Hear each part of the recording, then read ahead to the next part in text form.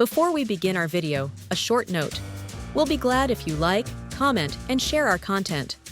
We are the largest left-wing civic association in Slovakia, and we want to keep growing.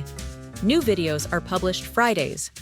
If you like what we do, you can support us financially and become our members. More information is available on our website, and most importantly, don't forget to subscribe to our channel. Anarchism, the future of our society? We live in a world of manipulation, half-truths, and lies presented to us as facts. A world where black is called white, evil is sold as good, and truth has become a luxury only the few who search for it can afford. We need to realize that if we truly lived in a world of truth, there would be no popes, no billionaires, and no kings, because all their power stands on fairy tales we've been taught to believe.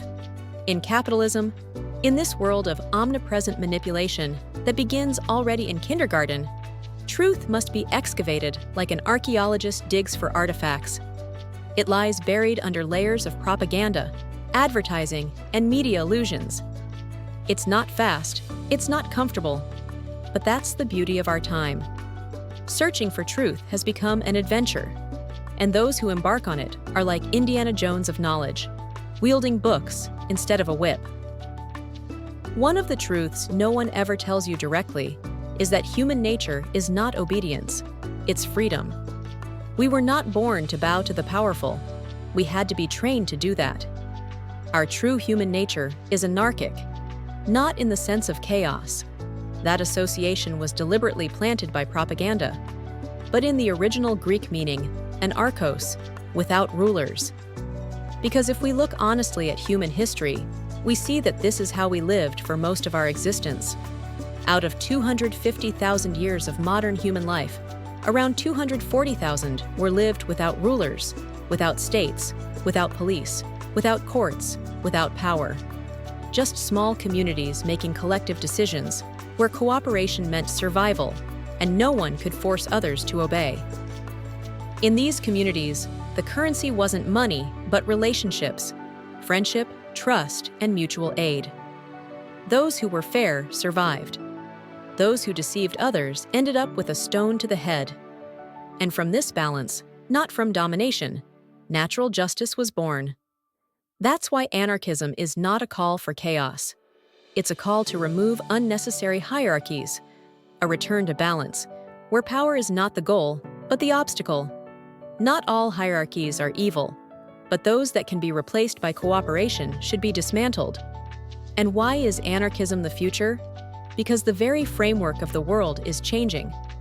Globalization has ended the age of conquest. There's no one left to exploit.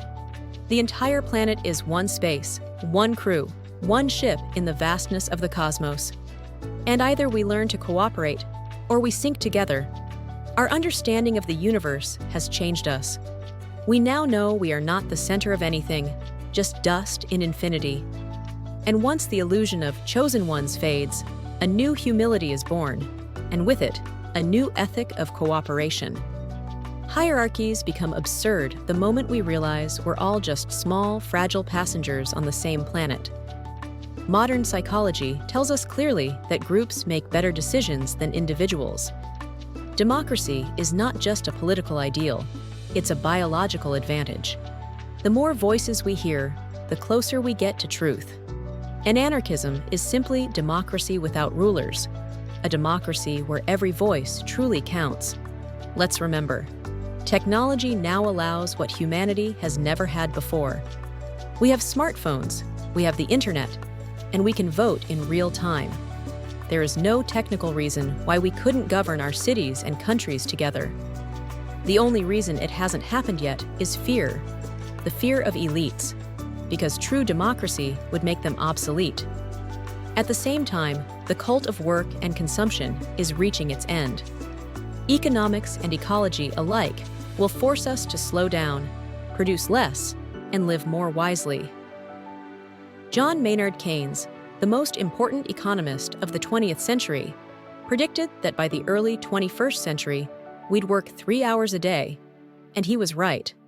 Productivity has increased exactly as he foresaw. Only our consciousness hasn't caught up. When consumerism collapses, people will finally discover they have time for themselves, their communities, and creation.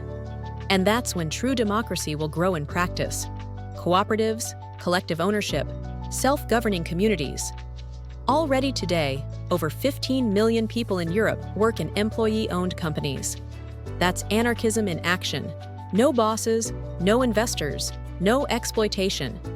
Yet hierarchies cling to power with tooth and nail.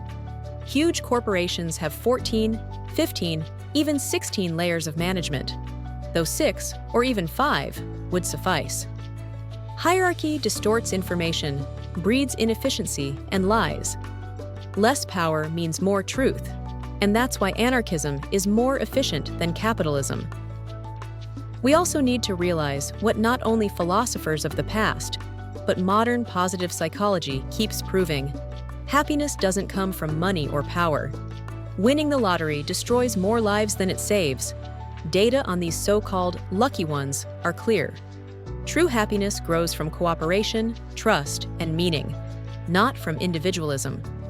Capitalist propaganda simply lies to us.